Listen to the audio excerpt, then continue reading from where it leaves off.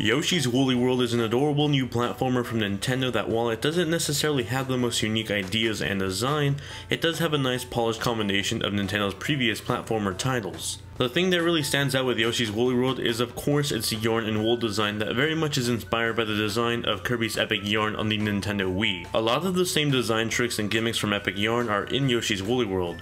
A loose dirt in the environment can reveal a secret area, everything in the world is made up of some sort of yarn or fabric material, and enemies can be disassembled and thrown as projectiles. Sure, it doesn't sound too different from Epic Yarn, but it's definitely better looking on Nintendo's new HD console. The world really comes to life on the Nintendo Wii U, and it's definitely one of the most beautiful looking platformers on the Wii U. The story of Yoshi's Woolly World is as simple as any other Nintendo platformer. A yarn comic invades Yoshi's world and transforms all of his friends into rolls of yarn, and then kidnaps them, spreading them across the land. Now it's up to you to find your friends and stop the evil comic. Sure, there isn't much of a story here, I don't think you would expect one, but the dialogue between the characters is lighthearted and it really does fit the whole lighthearted setting of the game. Yoshi's Woolly World plays very similar to the original Yoshi's Island with a whole new design aesthetic. The world of Yoshi's Woolly World is beautiful and imaginative. Every time I pick up this game, I couldn't help but smile just by looking at the visuals alone, and that's coming from someone that just got done watching Clannad before playing this game. Some of my viewers that watch anime will get that joke. Yoshi's Woolly World just has a sense of charm surrounding every little bit of the game, and that's mostly because of its attention to detail. Tell Yoshi to run forward and slowly his feet will become a pair of wheels. Untangle an enemy and the leftover yarn will become a butterfly that flies away. Nintendo did a great job not only taking advantage of the game's setting, but also really exploring the imagination behind it. The music in Yoshi's Woolly World fits it so perfectly. The tunes are mellow and it fits the theme of relaxation and upbeat gameplay. It's definitely a soundtrack I've had stuck in my head since the day I started playing Yoshi's Woolly World. Every world in this game has a theme to it, very similar to the traditional Super Mario Bros. Game. The levels within each world can differentiate between a straight left to right stage or a dungeon-like area that makes you backtrack to find keys, or rooms that interconnect with each other. Most of these levels are designed really cleverly, and the mix of the different types of levels keeps the game feeling fresh. Every once in a while you'll find yourself in a special stage. These are really short 30 to 45 second levels hidden within certain levels that have Yoshi transform into different objects like umbrellas or motorcycles, for example. These levels are extremely fun, but since they don't last long, the fun can only be enjoyed for so long before you're back in the traditional gameplay. As far as Yoshi's abilities go, Yoshi can pretty much do everything you'd expect him to from his previous games. Yoshi can hover slightly after jumping, use his tongue to eat up enemies, and then lay them into yarn balls or eggs that can be used as projectiles. Some of these abilities, like Yoshi's hovering, can make the game very forgivable to the player. It's only in certain stages, like a specific Boo Go stage you'll play later in the game, where the use of these abilities actually become quite challenging. It's just a shame that not too many of these stages actually exist. At the end of the castle stages, you'll find a boss battle waiting for you. These are simple 3-step battles that can easily be defeated by solving a puzzle mechanic, may it be jumping on a mole or pulling the wings off a Koopa Troopa. Now I know that many people are going to look at Yoshi's Woolly World and call it a Kirby's Epic Yarn clone, but that's not true.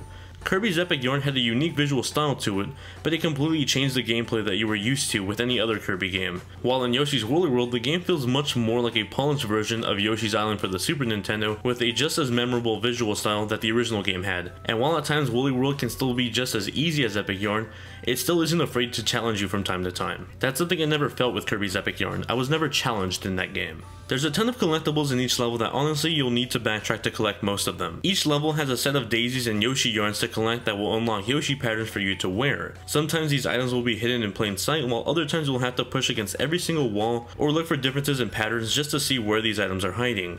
While the actual levels might not be that challenging to clear all the time, finding the collectibles definitely is. There's also a jewel currency that you can use to buy badges that help you in levels. These badges unlock over time and they can help you out in levels, for example making your yarn yanks extra giant or bringing you back to a platform every time you fall off the stage. These badges are meant to help the player out when they're stuck in challenging situations. Now while I'm still on the topic of Yoshi patterns, that's how the amiibo work in this game. Certain amiibo will unlock a special pattern for Yoshi. For example, Mario will unlock a Mario skin, Link will unlock a Link skin, and Pikachu will unlock an amiibo shirt skin.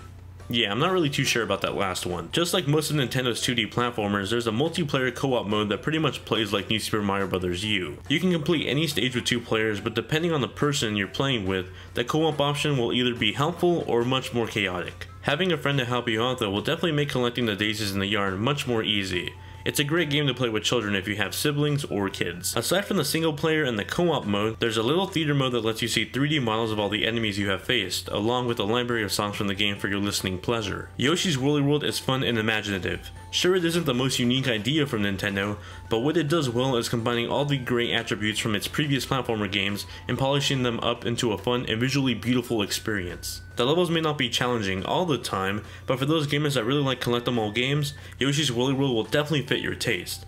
Overall, Yoshi's Woolly World is a fun new 2D platformer that deserves a spot in your Wii U collection. If for whatever reason, if you were watching this review after some sad news, this game has a high likelihood of cheering you up. Try not to smile while playing this game, I dare you. In fact, Yoshi's Woolly World is a sequel you've always wanted for in Yoshi's Island for the Super Nintendo. It's even better than the original. And by far, this is the best platformer on the Wii U. It's a must-have title that for $50 I would highly recommend. Thank you all very much for watching this review. I hope you guys enjoyed it and found it useful. If you guys did, you guys know to drop that like and share it with your friends on your social network feeds. It really helps out the channel grow and I really appreciate it, so thank you. This is Luis Alamilla from GvN, and thanks for watching.